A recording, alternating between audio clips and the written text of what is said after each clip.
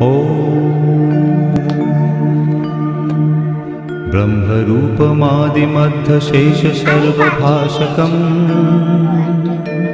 भावषट्कहीनरूपनित्यसत्तमध्ययम्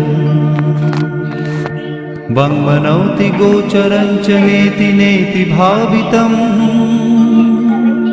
तं नमामि देवदेव रामकृष्णमीश्वरम् आदितेयविहरं शूरारिदैत्यनाशकम् साधुशिष्टकामदं महिषुभारहारकम् सत्मरूपतत्त्वकं युगे युगे च दर्शितम्